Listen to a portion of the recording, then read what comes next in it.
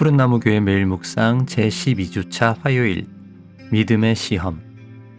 만일 너희가 굳게 믿지 아니하면 너희는 굳게 서지 못하리라. 오늘은 이사야 7장의 임마누엘 예언에 관해서 살펴봅니다. 이사야 7장은 이렇게 시작합니다. 우시야의 손자여 요담의 아들인 유다의 아하스 왕 때에 아람의 르신 왕과 르말리아의 아들 이스라엘의 베가 왕이 올라와서 예루살렘을 쳤으나 능히 이기지 못하니라. 이것은 기원전 735년 무렵에 일어난 시리아 에브라임 전쟁을 배경으로 하는데요. 이것은 시리아 즉 아람과 에브라임 즉 북이스라엘이 아시리아에 대항하기 위해 동맹을 맺고 유다도 이 동맹에 끌어들이기 위해 유다를 공격해서 괴뢰 정부를 세우려고 했던 그런 전쟁입니다.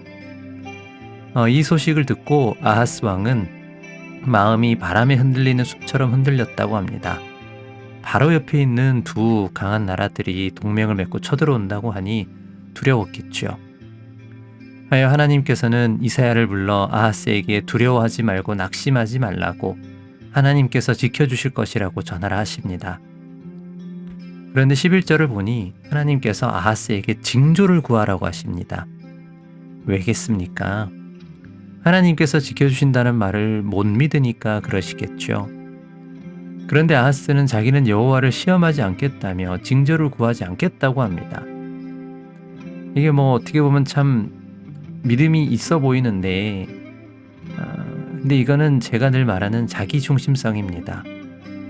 그러니까 하나님께서 징조를 구하라고 하시는데 거기다 대고 안 하겠다는 건 거룩한 척, 믿음이 있는 척 하지만 사실은 자기가 판단하는 거죠. 그러자 이사야가 하는 말이 14절입니다. 그러므로 주께서 친히 징조를 너희에게 주실 것이라. 보라, 처녀가 잉태하여 아들을 낳을 것이요 그의 이름을 임마누엘이라 하리라. 네가 징조를 구하지 않겠다 해도 하나님께서 친히 징조를 주실 것이다.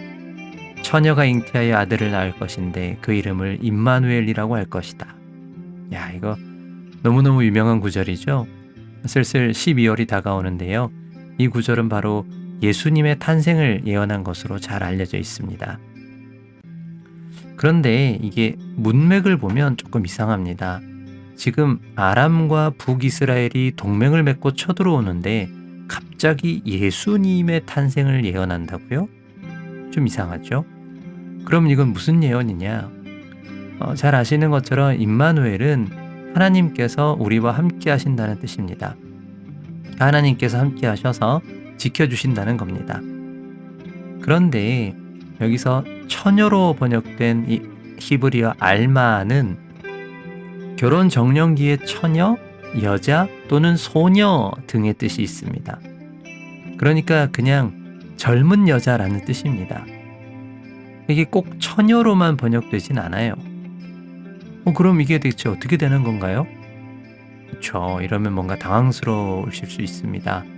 그래서인지 이 부분의 해석 때문에 우리나라에서는 그 기장교단이 갈라져 나오는 큰 사건이 있기도 했습니다. 일단 8장 3, 4절을 보시면 이렇게 말합니다.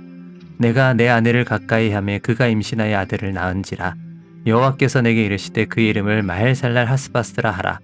이는 이 아이가 내 아빠 내 엄마라 부를 줄 알기 전에 다메섹의 제물과 사마리아의 노략물이 아수르 왕 앞에 옮겨질 것임이라 하시니라. 여기 4절을 보시면 이 태어난 아이가 엄마 아빠라고 하기도 전에 아람과 북이스라엘이 아시리아에게 망할 거라고 합니다. 근데 여기서 이 아이는 누군가요? 네, 이사야의 아이입니다. 그래서 중세시대 유대인 랍비 이븐 에즈라는 7장의 임마누엘 예언에서 알마, 즉 젊은 여인은 이사야의 아내이며 임마누엘은 이사야의 아들이라고 주장했습니다. 그러니까 예수님에 관한 예언이 아니라는 거죠.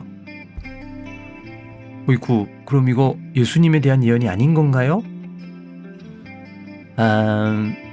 우리가 구약의 예언을 볼 때 그 예언이 실제와 각각 1대1로 대응된다고 볼 필요는 없습니다.